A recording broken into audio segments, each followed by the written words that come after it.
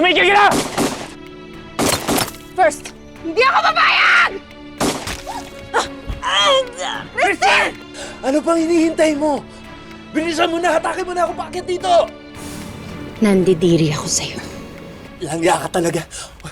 Wala kang utang na loob. Oo, ginamit lang kita. At kahit kailan, hinding-hindi kita magagawang mahalin. Baliw ka!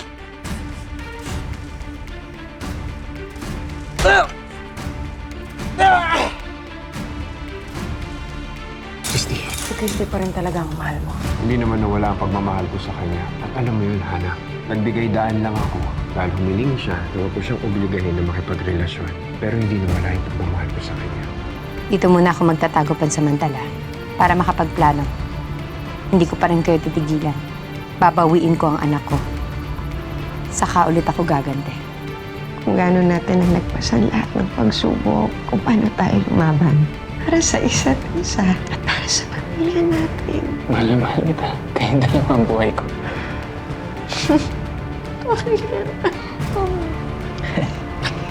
Namiss kita. Mas namiss din po kita, Mami.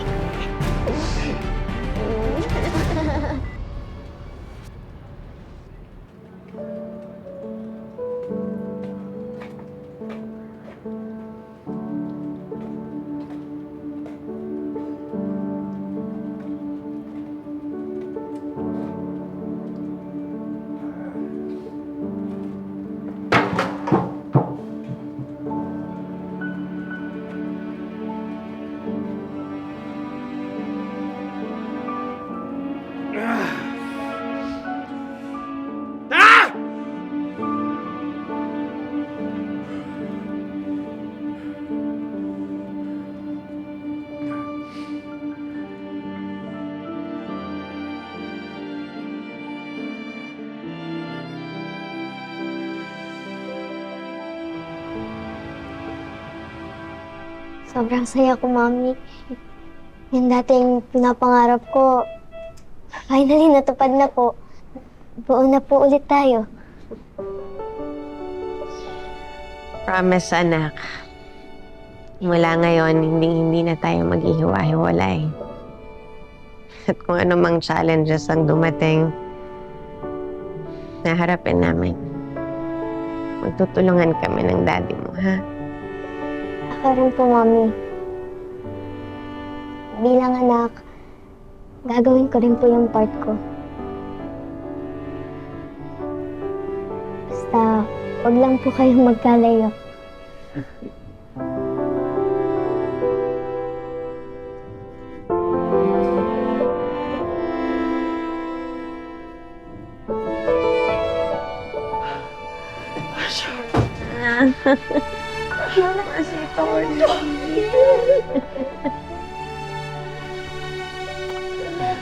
Akala ko hindi na kita makikita, apo ko.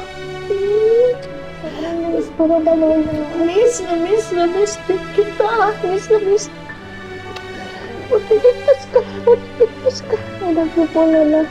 I love you.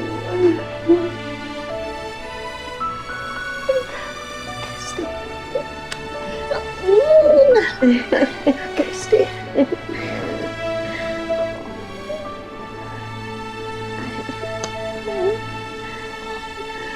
Mabuti nakabalik ka ng ligtas, anak. Dapat masaya-saya ko. Jordan, salamat eh. Salamat na iuwi mo ng ligtas ang mag-ina mo. Salamat.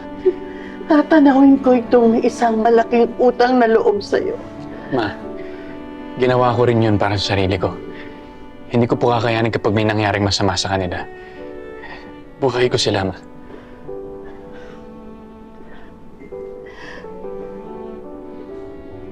Ang dami-dami niyong pinagdaanan. Pero lahat yun nalagpasan ninyong dalawa. Kaya ngayon naniniwala na ako na walang imposible sa dalawang bahay. Masaya ako para sa iyo. Masaya ako para sa iyo, anak. Masaya ako. One happy family na po ulit tayo, Lola. Siyempre, kasama na rin po si Jeremy at saka si Junior. Oh. Bakit, ma? Kamusta po ba ang mga bata? May nangyari po ba?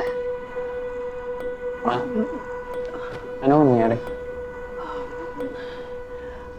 Okay naman ang mga bata. Okay naman.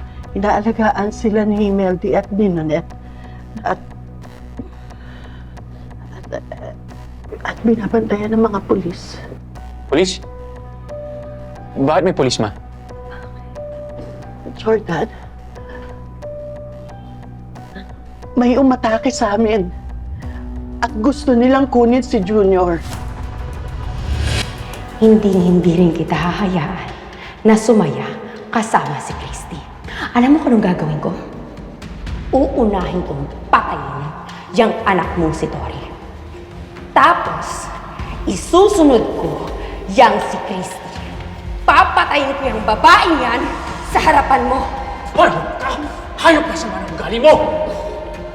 And then after that, I'm just gonna go get my son. At magpapakalayo-layo na kami. Hindi ka magtatagumpay. Sorry, pero hinihintay ko na lang ang tawag ng mga tao. Kapag nakuha ko na yung anak ko, isa-isa nang mamamatay lahat ng babaeng mahal ko sa buhay. Bakit hindi din nyo nakuha ang anak ko? Ano? Wala akong pakialam kahit na baril yung kasama mo. Di ba bayad ko kayo? So dapat yung utos ko inuuna ninyo, di ba? Ang utos ko, kunin ninyo yung anak ko. Kailangan makuha ko si Junior. Alam mo mga wala talaga kayong kwenta eh. Mga inutil! Stop!